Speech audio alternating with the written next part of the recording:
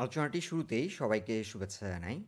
আজ দিন শেষে মার্কেট ক্লোজ হলো ৬,৪৪৭ পয়েন্টে এবং লেনদেন হয়েছে প্রায় ১৮৫২ কোটি টাকা। দীর্ঘদিন পর গত এক সপ্তাহের মার্কেট ডাইনামিজম এবং বুলিশ অ্যাটমসফিয়ার দেখে একটি কথা মনে পড়ল। আমাদের বিখ্যাত জ্ঞানী গুণীজনেরা বলেছেন খেলা হবে। জ্ঞানী গুণীজনের কথা বাসি হলেও কিন্তু ফলে। খেলাধুলা এখন রাজনীতির মাঠ পেরিয়ে মার্কেটেও কিন্তু হচ্ছে। বন্ধুরা, খেলাধুলা চলবে। আজ আমরা 5টি বিগ ফিশ স্টক নিয়ে আবারও একটি গুরুত্বপূর্ণ আপডেট দিচ্ছি। যে 5টি স্টক আজকের আলোচনায় কভার করব সেগুলো হলো Fortune, Emerald Oil, Orion Pharma, Beacon Pharma এবং ওরিয়ন ইনফিউশন। আলোচনাটি শেষ পর্যন্ত শুনতে থাকুন। আলোচনাটি শুরুতেই সবাইকে রিকোয়েস্ট করব, ডিসক্লেমার অংশটি আপনারা ভালো করে পড়ে নেবেন। পুঁজিবাজার ঝুঁকিপূর্ণ। আপনার কোনো পার্সোনাল বাই এবং সেলের কারণে আপনি যদি ক্ষতিগ্রস্ত হয়ে থাকেন, সে দায় স্টক অবজার্ভার বহন করবে না। আমাদের 3 দিন আগের পোস্টটি ছিল 5টি বিগ ফিশ খেলাধুলার জন্য তৈরি। এই পোস্টটিতে আলোচনা করেছিলাম সিপল, ওরিয়ন ফার্মা, এমারলডয়েল, ফরচুন এবং বিকন ফার্মা নিয়ে। এই 5টি স্টকের মধ্যে শুধুমাত্র সিপাল ছাড়া বাদবাকি সবগুলো স্টকই ভালো পারফর্ম করছে। শুরুতেই ডে চার্টে তুলে ধরছি ফরচুন শুজ লিমিটেড এই স্টকটির বর্তমান অবস্থান। এই স্টকটি আজ ডে এন্ডে 65.4 এসে ক্লোজ হলো। লাস্ট আপডেটে আমরা জানিয়েছিলাম স্টকটি যদি 59.5 এই রেসিস্ট্যান্স পয়েন্টটি যদি ব্রেকআউট করতে পারে, স্টকটি ভালো প্রাইস অ্যাকশন করবে এবং আমরা ফার্স্ট টার্গেট সেট করেছিলাম স্টকটির জন্য 75। আর্লি চার্টে আমরা লক্ষ্য করছি স্টকটি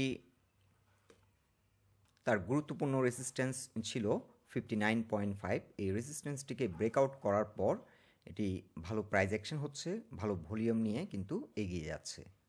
ডে চার্টে লক্ষ্য করা যাচ্ছে যে ডে বাই ডে ভলিউম বৃদ্ধি পাচ্ছে এবং প্রাইস অ্যাকশন হচ্ছে। ফরচুনের জন্য এটি একটি bullish condition.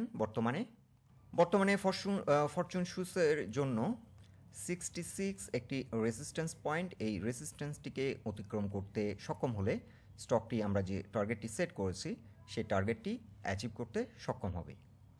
Fortune shoes major sell pressure face করবে 77 থেকে 79 এই জোনটিতে সিগনিফিক্যান্ট সেল প্রেশার ফেস করবে। উইকলি চার্টে আমরা আরও দুটি রেসিস্ট্যান্স পয়েন্ট আউট করছি। একটি রেসিস্ট্যান্স হবে 200 এক্সপোনেনশিয়াল মুভিং অ্যাভারেজের রেসিস্ট্যান্স লাইন। এটি রয়েছে প্রাইস পয়েন্ট লেভেল 67.2 এবং আরও একটি রেসিস্ট্যান্স হবে 71 থেকে 71.4। বর্তমানে যে ভলিউমে ট্রেড হচ্ছে এই ভলিউমের ধারাবাহিকতা যদি ঠিক থাকে তাহলে স্টকটি এই রেসিস্ট্যান্সগুলো ব্রেকআউট করে আমাদের ফার্স্ট টার্গেটটি অ্যাচিভ করবে এবং স্টকটি আমরা সেকেন্ড টার্গেট সেট করেছি 89। আশা করছি 89 সেকেন্ড টার্গেটটি অ্যাচিভ করতেও সক্ষম হবে। সো আপাতত আমাদের টার্গেট হচ্ছে 75। আর স্টকটি যেহেতু আওয়ারলি চার্টে আমরা শো করেছি যে একটি গুরুত্বপূর্ণ রেসিস্ট্যান্স পয়েন্ট ব্রেকআউট করেছে, এখন 59 থেকে 59.5 হবে স্টকটির জন্য একটি গুরুত্বপূর্ণ সাপোর্ট পয়েন্ট। সো 59.5 কিংবা 59 থেকে 59.5 হবে স্টকটির জন্য একটি গুরুত্বপূর্ণ সাপোর্ট পয়েন্ট। এখন আর্লি চার্টে তুলে ধরছি ওরিয়ন ফার্মা লিমিটেড এই স্টকটির অবস্থান। এই স্টকটি আজ একটি গুরুত্বপূর্ণ রেসিস্ট্যান্স ব্রেকআউট করেছে। রেসিস্ট্যান্স পয়েন্টটি রয়েছে 84 পয়েন্ট লেভেলে, প্রাইস পয়েন্ট 84 এবং এই রেসিস্ট্যান্সটিকে ব্রেকআউট করার পর স্টকটি ভালো প্রাইস অ্যাকশন হলো। ডে চার্টে লক্ষ্য করা যায় স্টকটি 72 থেকে আপ টু 84 এই জোনটিতে কিন্তু হিউজ একটি ভলিউম কালেকশন হয় এবং আজকের দিন শেষে কিন্তু ভালো প্রাইস অ্যাকশন করে, ভলিউম বৃদ্ধি পাচ্ছে, প্রাইস অ্যাকশন হচ্ছে। সো স্টকটির জন্য বর্তমানে এটি একটি বুলিশ কন্ডিশন। এখন উইকলি চার্টে আমরা ওরিয়ন ফার্মার কিছু গুরুত্বপূর্ণ রেসিস্ট্যান্স পয়েন্ট মেনশন করছি। ওরিয়ন ফার্মার জন্য ইমিডিয়েট যে চ্যালেঞ্জিং জোন সেটি হবে 91.7 থেকে 93। এই জোনটিতে এসে ভালো রকমের একটা সেল প্রেশার ফেস করবে। সো ওরিয়ন ফার্মার জন্য এখন বর্তমানে একটি চ্যালেঞ্জিং জোন হচ্ছে 91.7 থেকে 93। এই জোনটিকে অতিক্রম করতে পারলে স্টকটি আপ টু 105 থেকে 110 পর্যন্ত প্রাইস অ্যাকশন হতে পারে। ওরিয়ন ফার্মার জন্য আমরা ফার্স্ট টার্গেট সেট করছি 105। যাত্রাপথে যে চ্যালেঞ্জটি ফেস করবে সেটি হলো 91.7 থেকে 93। এই জোনটিতে কিছুটা সেল প্রেশার ফেস করবে। তবে বর্তমানে যেভাবে মার্কেট ডাইনামিক হচ্ছে এই স্টকটি যে ভলিউমে লেনদেন হচ্ছে এই ভলিউমের ধারাবাহিকতা যদি ঠিক থাকে এই রেজিস্ট্যান্সটিকে ইজিলি ব্রেকআউট করবে এবং ব্রেকআউট করে আমরা যে টার্গেটটি সেট করেছি সেই টার্গেটটি অ্যাচিভ করবে। আর ওরিয়ন ফার্মার জন্য এখন গুরুত্বপূর্ণ একটি সাপোর্ট পয়েন্ট হবে এইটি। আর এই সাপোর্ট পয়েন্টটিকে আমরা কি সাপোর্ট হিসেবে মেনশন করছি 79.6। এই সাপোর্টটি যদি কোনো কারণে ব্রেক করে তাহলে স্টকটি ফার্দার আবারও কারেকশনের কবলে পড়তে পারে। ওরিয়ন ফার্মা এন্ট্রি নেওয়ার জন্য সুইটেবল জোন হতে পারে 82 থেকে 84, এই জোনটি সুইটেবল জোন। সো স্টকটি যদি আবারও কারেকশন দেয় তাহলে 82 থেকে 83 এই জোনটিতে এন্ট্রি নেওয়াটা অনেকটা সেফ, এবং স্টপ লস সেক্ষেত্রে এইটির নিচে যদি নেমে যায় সেক্ষেত্রে স্টপ লস দেওয়ার বিষয়টি মাথায় রাখতে হবে। ওভারঅল ওরিয়ন ফার্মা এবং ফরচুন এই স্টকগুলো বর্তমানে ঢাকা স্টক এক্সচেঞ্জে ট্রেডারদের পছন্দের অন্যতম তালিকায় রয়েছে এবং ট্রেডিং করার জন্য ভালো মানের স্টক। এখন ডে চার্টে তুলে ধরছি এমারলডয়েল ইন্ডাস্ট্রিজ লিমিটেড এই স্টকটির অবস্থান। এই স্টকটি আজ দিন শেষে 84.3-তে এসে ক্লোজ হলো এবং সাপোর্ট নিয়েছে 20 এক্সপোনেনশিয়াল মুভিং অ্যাভারেজের কাছে এসে সাপোর্ট নিল। 80.2 হলো 20 এক্সপোনেনশিয়াল মুভিং অ্যাভারেজের সাপোর্ট লাইন। সো এই সাপোর্ট লাইনের কাছাকাছি এসে এখান থেকে রিজেক্ট হলো। সো এই জোনটি বর্তমানে স্টকটির জন্য ডিমান্ড জোন। 80 থেকে 82 বর্তমানে একটি strong demand zone. Recently day চার্টে আমরা লক্ষ্য করছি এটি একটি গুরুত্বপূর্ণ রেজিস্ট্যান্স ব্রেকআউট করেছিল এবং এই ব্রেকআউটটিকে এখন আবার রিটেস্ট দিচ্ছে। এছাড়াও আমরা যদি উইকলি চার্টে স্টকটির অবস্থান দেখি, একটি গুরুত্বপূর্ণ রেজিস্ট্যান্স ছিল স্টকটির জন্য 81.1। এই রেজিস্ট্যান্সটিকে ব্রেকআউট করার কারণে স্টকটি গত সপ্তাহে ভালো প্রাইস অ্যাকশন হয়, 92 প্লাস প্রাইস অ্যাকশন করে, কিন্তু ইমিডিয়েটলি গত সপ্তাহে কিন্তু একটা লং রিজেকশন আমরা লক্ষ্য করছি। সো এই ব্রেকআউট জোনটিকে আবারও কিন্তু এই সপ্তাহের শুরুতেই আমরা লক্ষ্য করছি রিটেস্ট করলো, রিটেস্ট করে এখন সামনের দিকে এগিয়ে যাচ্ছে। সো স্টকটিতে এখন নতুন করে এন্ট্রি নেওয়ার জন্য সুইটেবল একটি অবস্থান আমরা লক্ষ্য করছি টেকনিক্যাল প্যারামিটারে। এমারলডয়েলের জন্য এখন বর্তমানে যে চ্যালেঞ্জিং যে এরিয়াগুলো সেগুলো হলো বর্তমানে একটি রেজিস্ট্যান্স পয়েন্ট থেকে কিন্তু রিজেক্ট হলো 92। সো 91.7 একটি রেজিস্ট্যান্স এবং এর পরে রেজিস্ট্যান্সটি রয়েছে 95 লেভেলে। এখানে রয়েছে 50 এবং 20 এক্সপোনেনশিয়াল মুভিং অ্যাভারেজের রেজিস্ট্যান্স লাইন। আর স্টকটির জন্য আমরা ফার্স্ট টার্গেট সেট করছি 110।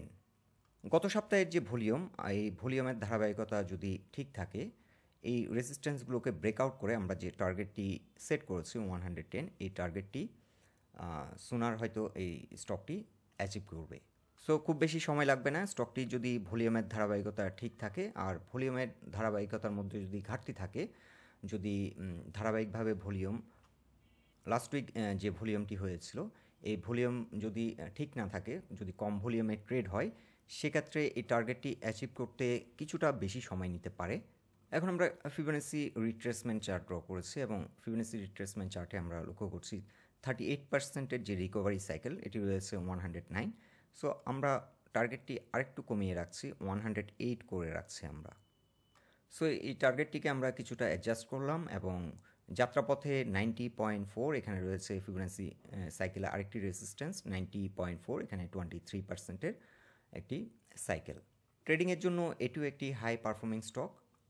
আর বর্তমানে আবারও মেনশন করছি স্টকটির জন্য একটি গুরুত্বপূর্ণ সাপোর্ট হবে 80.6 আর রেজিস্ট্যান্স হচ্ছে 91.7 থেকে 93 হচ্ছে একটি রেজিস্ট্যান্স জোন। এবং এছাড়া আমরা এখানে ফিবোনাচি সাইকেলে আরেকটি রেজিস্ট্যান্স পয়েন্ট আউট করেছি 90.4।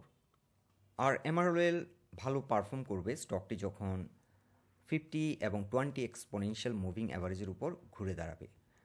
উইকলি চার্টে 50 এবং 20 এক্সপোনেনশিয়াল মুভিং অ্যাভারেজের রেজিস্ট্যান্স লাইনটি রয়েছে 95 প্রাইস পয়েন্টে। আর ডে চার্টে রয়েছে 200 এক্সপোনেনশিয়াল মুভিং অ্যাভারেজের রেজিস্ট্যান্স লাইন, সেটি রয়েছে 97.8 লেভেলে। এখন ডে চার্টে তুলে ধরছি বিকন ফার্মাসিউটিক্যালস লিমিটেড এই স্টকটির অবস্থান। এই স্টকটি আজ ডে এন্ডে 278.3-তে এসে ক্লোজ হলো এবং লাস্ট টাইম আমরা যখন স্টকটি নিয়ে আপডেট দিয়েছিলাম আমরা ফার্স্ট টার্গেট সেট করেছিলাম 272।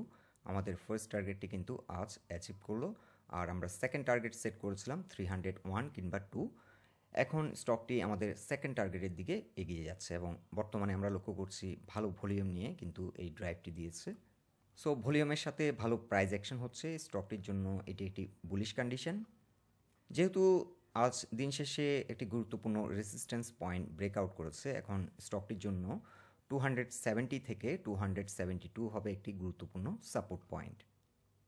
এছাড়াও স্টকটি যেহেতু ডে চার্টে 200 এক্সপোনেনশিয়াল মুভিং অ্যাভারেজের উপর ঘুরে দাঁড়িয়েছে, 200 এক্সপোনেনশিয়াল মুভিং অ্যাভারেজ এখন স্টকটির জন্য একটি গুরুত্বপূর্ণ সাপোর্ট পয়েন্ট।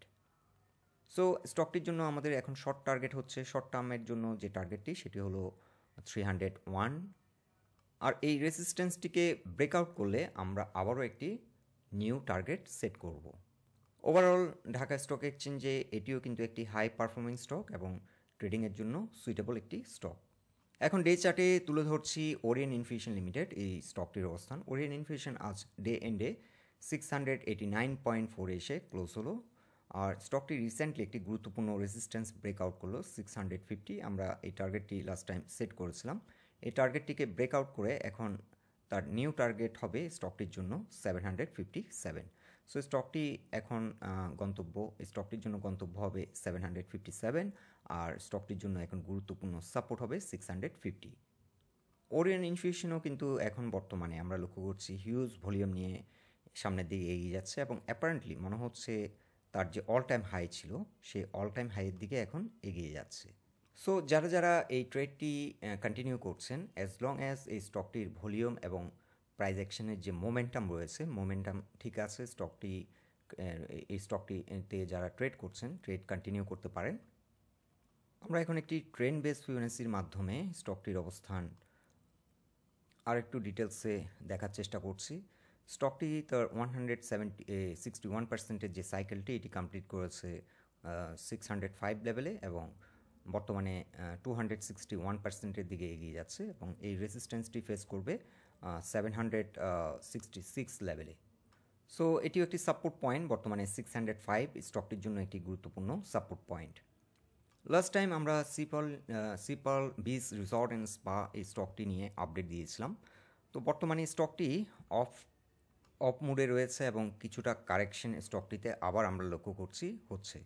রিসেন্টলি স্টকটি তার 20 এক্সপোনেনশিয়াল মুভিং অ্যাভারেজের রেসিস্ট্যান্সটি ফেস করলো, এবং এখান থেকে আবারও রিজেক্ট হয়ে কারেকশনের ধারাবাহিকতায় আমরা লক্ষ্য করছি স্টকটি গত 3 দিন ধরে রয়েছে।